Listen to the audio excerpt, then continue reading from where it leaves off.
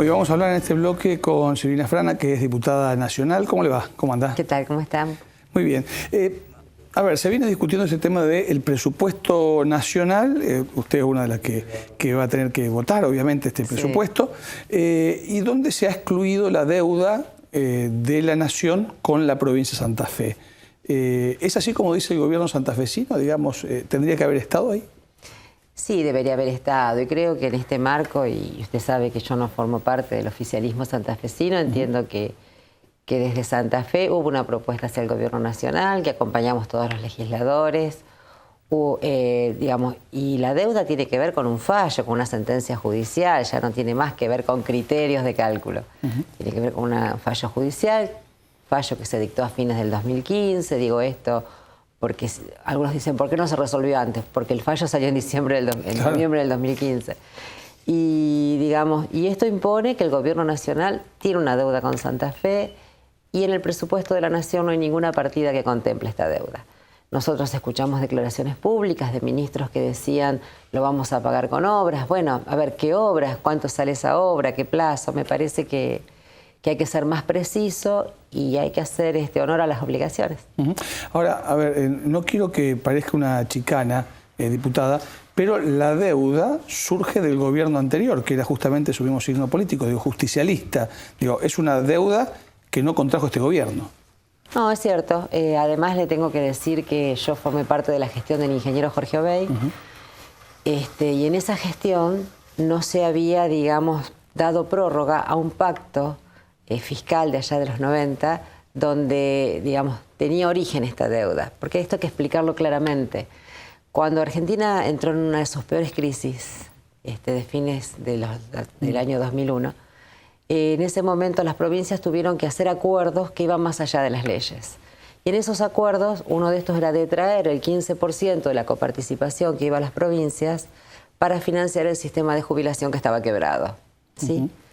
Entonces, eso tenía un tiempo de duración y sucesivas prórrogas. La prórroga que se generó en la gestión del ingeniero Jorge Obey no la firmó más porque las condiciones de emergencia ya no existían. Y eso le permitió al gobierno de Hermes Wiener y al resto de los gobiernos hacer los reclamos ante la Corte. Esto generó un juicio y el juicio tuvo un fallo de fines del 2015. O sea que por eso tiene una historia más larga. Claro, todo comienza, digamos, entonces el reclamo con la postura que tuvo Obey en su momento. Exactamente, con la postura que tuvo Jorge Obey. A ver, ¿usted cree que la propuesta en obras es correcta o que nos deben dar, digo, los santafesinos, el gobierno nacional, el dinero? Porque muchos dicen, también ponen en duda esto de las obras, porque ¿qué obras? ¿Las que ya debiera hacer el gobierno nacional o son obras que debiera hacer el gobierno de la provincia y ellos van a poner la plata? Me parece que estas cosas se evalúan con datos concretos y números concretos. El gobierno nacional tiene que hacer un conjunto de obras en Santa Fe que se las pedimos el año pasado que incorporen el presupuesto, las incorporaron y no las hicieron. Este año vamos a volver a pedirlos, entre ellas este famoso puente Santa Fe-Santo Tomé, la autovía de la Ruta 11 y tantas obras. Bueno, me parece que tiene que ir por fuera de estas que ya están previstas. Pero vuelvo a repetirles, creo que no es serio hablar sobre títulos, hay que hablar sobre números y datos concretos. Entonces la deuda existe y el gobierno nacional junto al gobierno provincial deben definir un criterio de cumplimiento de esa deuda. Ahora, diputada, discutir sobre este tema justo, digamos, caemos en un momento donde hay elecciones nacionales y provinciales, donde hay un clima bastante pesado, donde hay que cuidar mucho los detalles de las cosas que se dicen. ¿Tal vez esto después del 22 de octubre se pueda discutir de otra manera? Probablemente, sí, no hay que tomarlo como un tema ni partidario ni de campaña.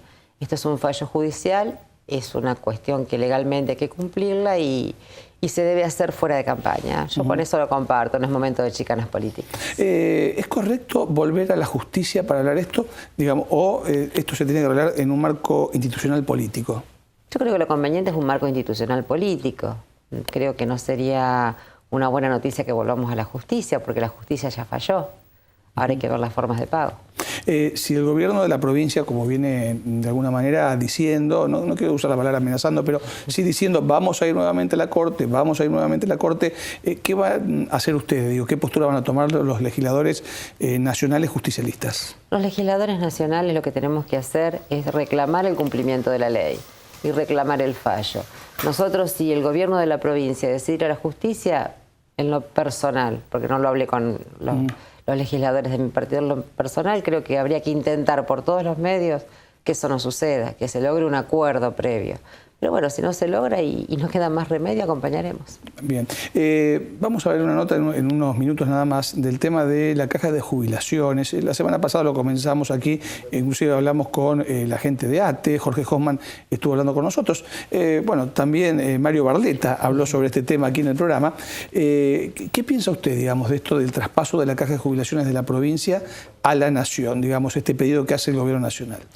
Mire, el año pasado, cuando se sancionó aquella ley ómnibus que daba lugar al blanqueo de aquellos que habían evadido impuestos, que daba lugar a recomponer algunos salarios de los jubilados, que se tocaba el fondo de sustentabilidad, aquella ley ómnibus contenía unos artículos que tenían que ver con acuerdos de armonización. En aquel momento preguntamos qué significaba esa armonización. Como nadie nos contestó, yo personalmente voté en contra de esos artículos.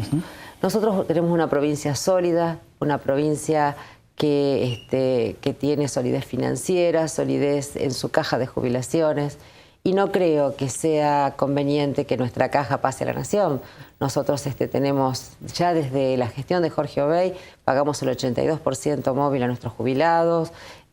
Sí, es una caja deficitaria, como muchas cajas, pero... ¿No habría que retocarla? Mire, habría que hacer algunos análisis, habría que revisar algunas cosas para que tenga, digamos, sustentabilidad en el tiempo. Eso es lo que tenemos que defender, la sustentabilidad en el tiempo. Porque también tengo que decirle que, fíjese que hay una profunda relación entre esta deuda que hoy le reclamamos a la nación con lo de la caja. Porque en aquel pacto se detraía ese 15% y se compensaban los déficits de las cajas provinciales. Entonces, por eso digo que estas cosas son muy complejas y hay que abordarlas con la seriedad que se merecen. Yo no voy a abonar ninguna teoría donde la caja de la provincia pase a la nación. Nosotros tenemos una caja sólida y una provincia sólida. Si la caja es deficitaria, como muchas cajas, esos déficits también tienen que hacerse cargo el propio Estado, que digamos que es el titular de esa caja. Por lo menos en lo que a mí respecta, no votaría una ley de ese tipo. Diputada, gracias por haber venido. No, gracias. Y lo quiero confirmar, y no lo voté el año pasado, la armonización que planteaba la ley de blanqueo, la voté en contra, precisamente porque no comparto el criterio. Bien. Gracias por haber venido. No, gracias a usted. Bueno, justamente hablando del tema de la caja de jubilaciones de la provincia, que es un tema que obviamente interesa a muchos de los trabajadores que todavía a lo mejor les faltan muchos años para jubilarse y dice qué va a pasar con mi futuro, vamos a ver este informe. Precisamente nosotros esperábamos tener una reunión esta semana, habíamos fijado junto con el secretario, el señor Caldarelli, el secretario de Interior de la Nación, una reunión para esta semana, para el 4 de octubre, para seguir analizando el avance en la información que las cajas le estamos proporcionando al ANSES para que ellos puedan determinar el déficit financiable, es decir, el monto que la Nación le va a pagar a cada provincia. Bueno, en este sentido, evidentemente la suspensión de esta reunión, que era muy importante para las provincias, evidencia que en este momento el diálogo no es lo más fluido, o por lo menos lo que nosotros esperábamos. Bueno, en términos de armonización, lo que busca la Nación en general es la equiparación de los parámetros, es decir, de las condiciones que la persona debe reunir al momento de jubilarse. Básicamente, la provincia de Santa Fe, esos requisitos se encuentran igualados con la Nación en términos de edad y en la forma en que se determina el haber inicial, es decir, el primer cobro que va a tener el jubilado, y la cantidad de años que debió aportar a la caja. Es decir, que en eso nosotros no tenemos que tener ningún problema y tampoco la gente tiene que tener miedo, no va a haber cambios en el sistema previsional en ese sentido. Lo que tenemos como distinto es que los jubilados de Santa Fe, los activos de Santa Fe pagan un poco más de aportes, y eso se traduce en un mejor pago después en el derecho jubilatorio. Es equivalente al 82% móvil, que es lo que no reconoce la Nación. Nosotros lo reconocemos para todos los sectores, pero tiene mucho que ver con esta financiación extra que le dan esos aportes. La política del gobierno del Frente Progresista Cívico y Social ha sido sostener el pago del 82% móvil. Esto, bueno, nosotros lo venimos repitiendo. Lo estamos haciendo desde el año 2007. bueno, desde el año 2007, desde que asumió el Frente Progresista Cívico y Social. Lo hemos asumido tanto en los periodos en que hubo financiación del Estado Nacional de déficit, como cuando no lo hubo, y ahora que tenemos una financiación parcial también lo garantizamos con fondos propios, con lo cual llevar tranquilidad a todos los pasivos y también a los activos que estén pronto a jubilarse, que esa condición digamos, no va a cambiar mientras el Frente Progresista siga gobernando.